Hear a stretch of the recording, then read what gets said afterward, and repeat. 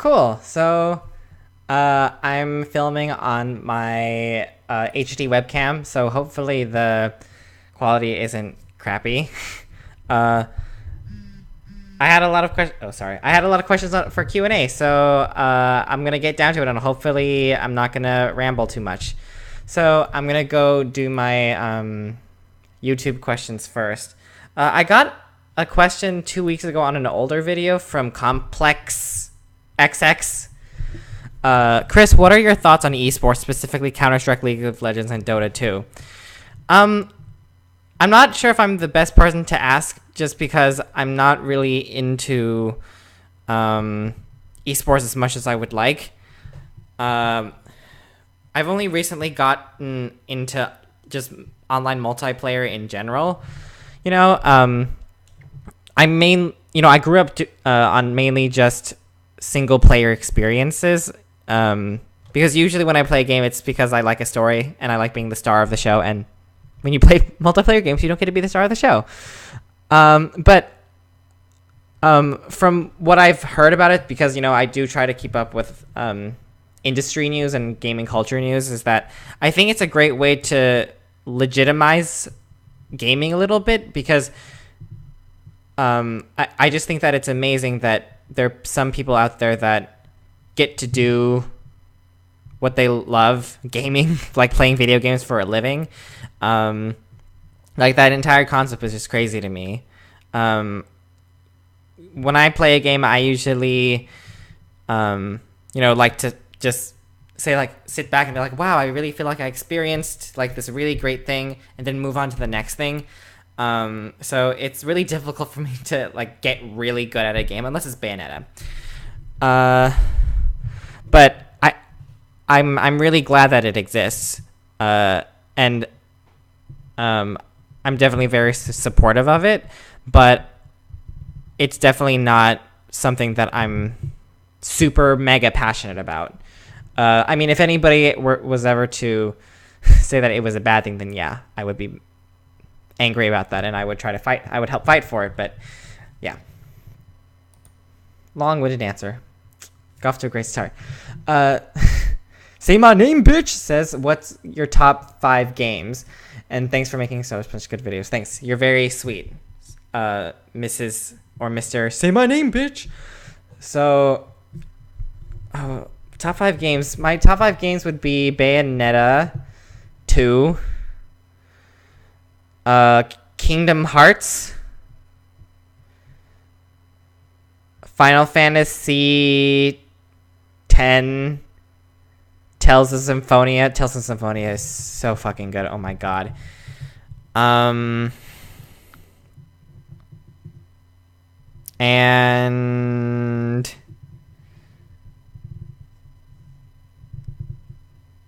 The Cat Lady. If you haven't heard of The Cat Lady, you should check it out. It's a horror story game. It's a creepy story game. I wouldn't be scared about the horror aspect to it because I hate horror, but I was able to get through it pretty well. Like, the story was just so good. I don't know. That's such a hard question. I had trouble even narrowing down to 5. Like, I also wanted to mention BioShock Infinite because BioShock Infinite blew me away. Dragon Age Origins was so good. To name a few. There's just too many games, but those are some of my favorite ones. Definitely not limited to just those, though. Those are just the ones that came to my head. The older ones, obviously. So now let's move on to the Instagram questions. minhdzuy asks, so were you the turkey the whole time? Maybe you were the turkey the whole time. I think it's a reference to my picture of Gur. I hope. Otaku Sasori 326 asks, what's your favorite movie? What's my favorite movie?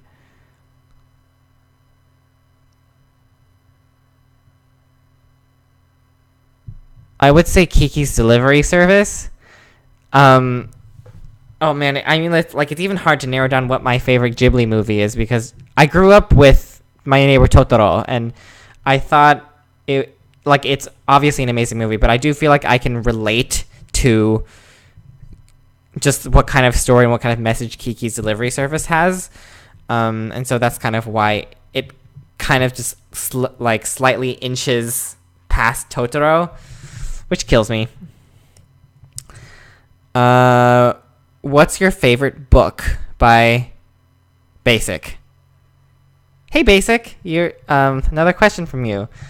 Thanks for asking so many questions. God damn, my favorite book. Fun fact, I don't read that much because I spend most of that time playing video games. Because, like, video games are, like, my main form of media. I know that's not, like, the best thing. But out of the books that I've read, I would probably say that the Da Vinci Code was my favorite. And I'm sorry if that's, like, a really basic bitch answer.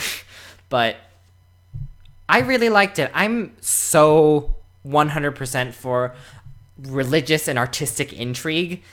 I just find that stuff's so interesting, where it's like, oh, beneath the veil of all of this, like, this is actually what's going on. And, like, I feel like it does it real. If the Da Vinci Code just does it really well, because it actually takes a lot of elements from the real world and just kind of connects them together, even though they're not necessarily connected with each other. Like, I just find that stuff fascinating. Like, I just find the idea of, like, something darker to religion just being so cool. Maybe that's because I'm not a very religious person, but yeah. Who's the Curly V Show asks, who's your favorite bus feeder? Do you count Curly? Because I would definitely pick you. Yeah, it's you. Stickyriice asks, with 2 eyes, asks, if you could stop one thing in this world, what would it be?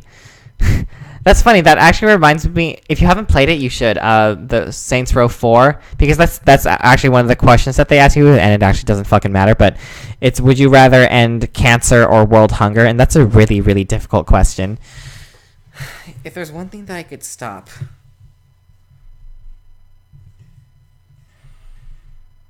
My initial instinct is to say hatred, but the thing is that love, it's very difficult for love to exist without hatred, as I've learned from watching Xena. I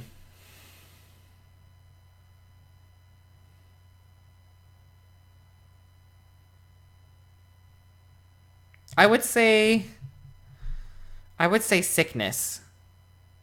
I don't know if that's too broad of a thing, but since you didn't give me parameters, I will say sickness. Because I think there's a lot of awful things that happen, but I think one of the most awful things that happen is just stuff that's technically, that just aren't people's fault technically. That, like, shitty things that happen to you that you don't deserve. And one of those things is, like, being born with, like, an incurable disease or something like that, or being born with a unfixable disorder, or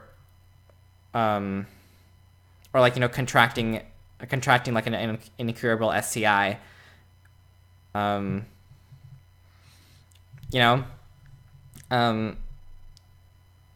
yeah, like, it would at the very least give people an equal chance at life. Like, as much as I hate bigotry and racism and sexism and all that stuff, I think, I don't know, I lost a lot of family to sickness, I guess, so maybe that's why I'm picking it. Yeah. Beast Madness asks, hey, Beast Madness, hey, any tips how not to be so lazy all the time? Totally like a human cat, can sleep all day. Thanks, love you. I love you too, Beast Madness.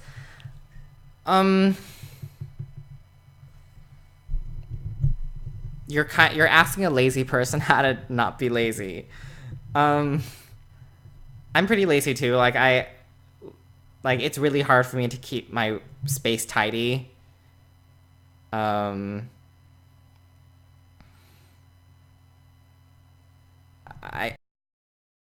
think, I mean, like, in terms of like maintaining yourself, it's really hard because I'm not very good at that. But I will say that if you're talking about lazy in terms of like productivity, maybe at work or with studying, I don't really have a good answer besides just like trying to do stuff that you're passionate about. I've talked about this like 100 times. Like, you probably get the picture from what I'm going with this. But yeah, it's just like, I mean, like, obviously if you go to school, you obviously have to take shit that you don't want to take, but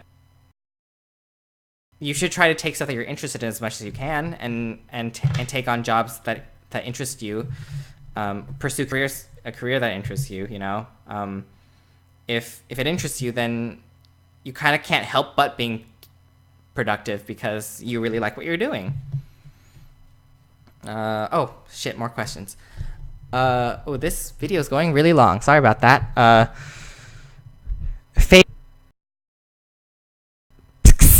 I'm pretty sure you mean fake senpai, but you probably just couldn't get that A. Probably because fake senpai was already taken, which is understandable. How would you describe your style of clothing, and how are you doing? I'm doing great. Thanks for asking. A lot of ups and downs happen when you are, in entertainment, but I'm obviously very lucky to be where I'm working. How would you describe your style of clothing? That's a really hard question. I mean, a lot of my fashion is inspired by the Bay Area. I originally had a lot of leather.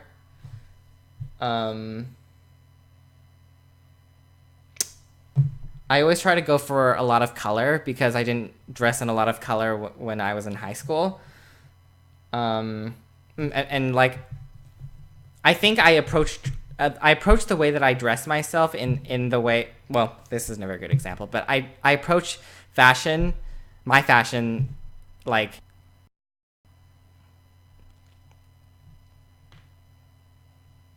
I approach it like,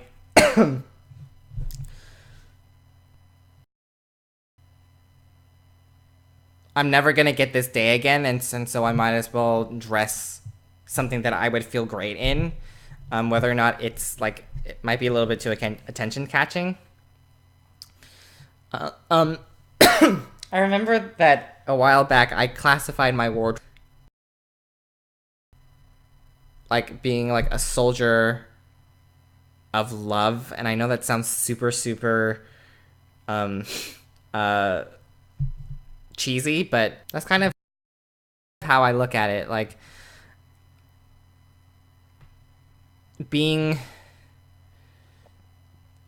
like, I always try to celebrate being artistically free and being, and like, I try to like express being strong and successful without having to be overly masculine. Because, you know, I don't know. I'm not saying that I try to dress androgynously, because I don't think I do, but it's like, it's, I guess maybe it's like trying to dress like a guy, but also not having to dress, I don't know, whatever. That's the best way I can explain it. I like colors. Molly O'Brien 7 asks, favorite Invader Zim character. I'm pretty sure that's kind of obvious from the picture that I asked, that you commented on, actually. My favorite character is Gur. I'm pretty sure that's pretty obvious. That's not to say I don't love Zim. Like, I can hear his voice all day. Like, the actor that plays him is so funny.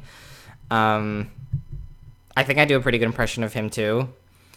And I also like the sister. I forgot the name of her sister, but I think she's super funny. Like, she says some of the smartest stuff ever, and I just really enjoy like a badass female character where she just can handle anything, even aliens. I think that's so funny and also really, really cool to see. that's basically it. So I'm sorry about this video being long. Oh shit, 15 minutes. I'm sorry about this video being long, but thank you so much for watching if you've made it to the end. And I'm going to post this as soon as I turn this camera off. So thanks for watching. And if you have any questions for me, once again, ask me in the comments below. Yeah, bye.